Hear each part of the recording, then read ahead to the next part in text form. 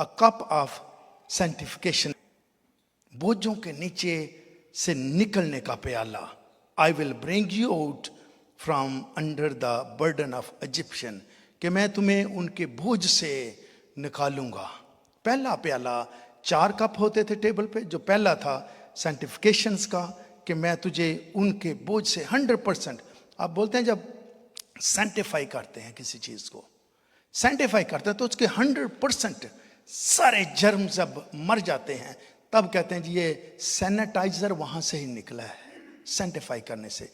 और तुझे निकालूंगा ऐसे कि तुम वापस नहीं जाओगे।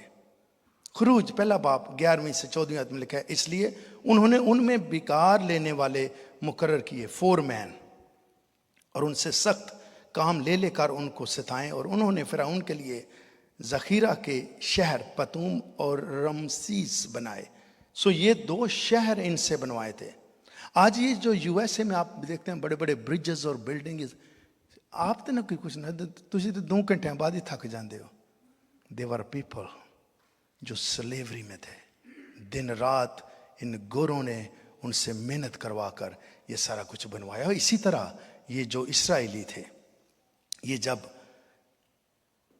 गुलामी में थे तो ये 2 बड़े शहर इनसे इन्होंने दिन रात काम करवाते थे, पर उन्होंने जितना उनको सताया वो उतना ही ज्यादा बढ़ते और फलते गए। इसलिए वो लोग बनी इस्राएल की तरफ से फिक्रमंद हो गए, और मिस्रियों ने बनी इस्राएल पर तशद्दुद कर कर फोर्सफुली उनसे काम करवाया, और उन्होंने उनसे सख्त मेहनत से गारा और ईंट बनवा कर और खेत में हर किस्म की खिदमत ले लेकर उनकी जिंदगी तलख की। ये मेन जो गुलामियां और भी थीं, लेकिन ये 2 मेन थी, खेतों में काम करवाना और बिल्डिंग इमारतें बनवाना। क्योंकि मिस्र उस वक़्त का सबसे ज़्यादा स्ट्रांग शहर था, मुल्क था, इसलिए ये खिदमत इनसे करवाते थे। उनकी सारी खिदमतें जो उनसे कराते थे तशद्दुद की थीं। All their labour was harsh and severe. और खुरूज 2 बाब 11 में लिखा है, इतने में जब मूसा बड़ा हुआ तो बाहर अपने भाइयों के पास गया और उनकी मशक्क़तों पर उसकी नजर पड़ी, और उसने देखा कि एक मिस्री उसके एक अब्रानी भाई को मार रहा है। खुरूज 5-6 आयत। और मैंने बनी इस्राएल के कराहने को भी सुनकर, जिनको मिस्रियों ने गुलामी में रख छोड़ा था, कराहना, ग्रोइंग ऑफ इज़राइलाइट्स, कराहना होता है जब आप रोते रोते बीच में कुछ कहते हैं जो दूसरे को भी बात रुला देती है। नोहा करना, आहोजारी करना। गुलामी में रख छोड़ा है, आपने उस अहद को याद किया है।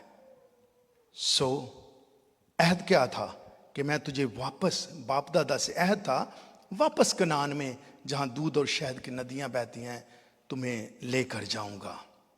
सो तू बने इस्राएल से कह कि मैं खुदावंद हूं और मैंने तुमको मिस्रियों के बोझों के नीचे से निकालूंगा।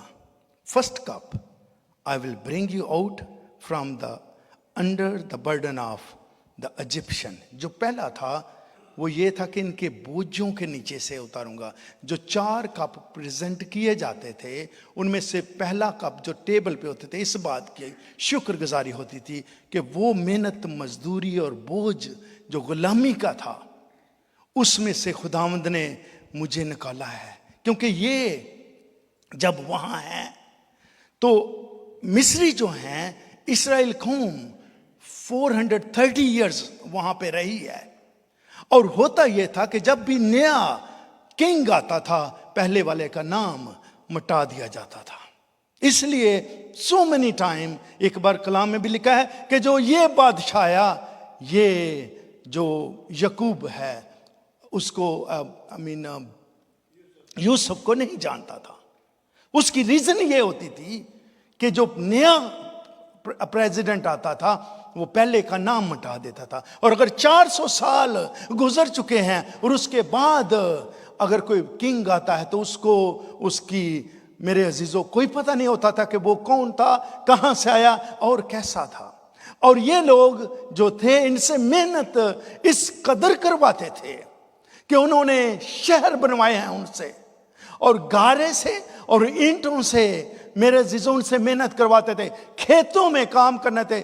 उजरत जो थी, जो रेगुलर लोग हैं उनसे बहुत कम दी जाती थी। इन लोगों ने लिखा है कि जब खुदा के हजूर कराहना शुरू किया है, खुदा के हजूर गिड़गिड़ाए हैं, तो खुदा ने वो वादा जो इनके बाप दादा से किया था कि मैं तुझे वापस कनान में जहां दूध और शहद की नदियां बहती हैं ले जाऊंगा, लेकिन उससे पहले कुछ ना कुछ होना जरूरी है। सो मेनी टाइम हम कुछ वाकया हो जाए जो हमारे हक में नहीं होता, हमें पसंद नहीं आता। मेरी बहन, मेरे भाई, यू डोंट नो कि वही चीज जो आप ना पसंद कर रहे हैं आपकी और आपके खानदान की फ्यूचर में बरकत का बायस बनने वाली है। इसी तरह मेरे जीजो, मूसा जो है उस वक्त उन्होंने हुक्म किया था कि जितने मेल बच्चे पैदा हो इसराइलियों के उनको मारते जाना, लेकिन इसकी मां ने इसको संभाला। इसकी मां इसको लूज नहीं करना चाहती थी, कोई भी नहीं करना, लेकिन हुक्म इस कदर सख्त था कि इसने उसको 3 महीने तक छुपाए रखा है। फिर उसके बाद इसने दरिया में एक जौ में एक टोकरा बनाकर उसमें छोड़ दिया है। और यही मूसा जो है, जब मेरे जीजो जो बादशाह की बेटी है, फिरौन की बेटी नहाने के लिए आती है तो वो देखती है कि एक बच्चा है, और जब खोला तो वो रो रहा था, उसको तरस आया। जो मूसा है इसको मेरे जीजो ये रेगुलर अब्रानी नहीं है, क्योंकि ये छोटा ही है तो महल में गया है, महल में ही इसकी ट्रेनिंग बादशाहों जैसी हुई है, महल में ही इसको फूड बादशाहों वाली मिली है, महल में ही इसने कपड़े बादशाहों वाले पहने हैं, महल में ही इसने उन्हीं गाड़ियों पर उन्हीं मेरे जो ट्रांसपोर्टेशन जो बादशाह को प्रोवाइड होती है, क्योंकि बादशाह के घर में रहा है, इसकी सारी ट्रेनिंग बादशाहों वाली हुई है। और जब इसने देखा है कि इसके भाई के ऊपर तशद्दुद हुआ है तो मेरे जीजो उसको मार डाला और वहां से भाग जाता है। फिर 40 साल के बाद वापस खुदा इसको कहता है कि मेरी इस कौम को छुड़ा जो बोझों के नीचे हैं। जो पहला प्याला है वो बोझों के नीचे का प्याला है कि मुझे और आपको भी मेरे अजीजों आज वो प्याला नहीं पीना पड़ रहा है। इनके लिए मूसा ने आया है, मूसा को हुक्म दिया गया तो जा इनको छुड़ा, लेकिन क्या हुआ कि इनका जो वादा है मैं पूरा करूंगा। लेकिन वो प्याला जो पहला कप है वो हम इसलिए नहीं पीते कि वो बोझ जो है मेरे और आपके मसीहा ने अपने ऊपर लिया है। मत्ती 11 बाब में मेहनत उठाने वालों, बोझ के दबे हुए लोगों, मेरे पास आओ, क्योंकि मैं तुम्हें मेरा जुआ अपने ऊपर उठा लो और मुझसे सीखो, क्योंकि मैं हलीम हूँ, दिल का फरोतन तुम्हारी जाने आराम कर पाएंगी, क्योंकि मेरा जुआ मुलायम और मेरा बोझ हल्का है। पहला कप जो है वो क्रिश्चियन इसलिए नहीं लेते, इसलिए कि मेरे और आपके जो गुनाहों का बोझों का प्याला है मेरे और आपके क्राइस्ट ने अपने ऊपर लिया है। वो प्याला उसने गतसमनी बाग में मेरे और आपके लिया है। इसलिए सेडर प्लेट में से सेडर डिनर जो है, सेडर के मानी है ऑर्डर करना, चीजों को कैसे तरतीब देना है। ये लोगों ने मेरे अजीजों इनके ऊपर ये गुलामी थी, ये बोझ के नीचे थे, लेकिन मेरे और आपके मसीहा ने वो प्याला पिया है। इसलिए मुझे और आपको वो प्याला पीने की जरूरत नहीं। मेहनत उठाने वालों, बोझ से दबे हुए लोगों, मेरे पास आओ, मैं तुझे आराम दूंगा। मुझे और आपको रेस्ट जो है, कामल रेस्ट यीशु मसीह के पास आने से मिलती है। हम इस प्याले को इसलिए नहीं पीते, पहले प्याले को, क्योंकि वो प्याला मेरे और आपके मसीहा ने पीकर मुझे और आपको बोझों के नीचे से निकाला है। जोरदार ताली उसकी हजूरी के लिए।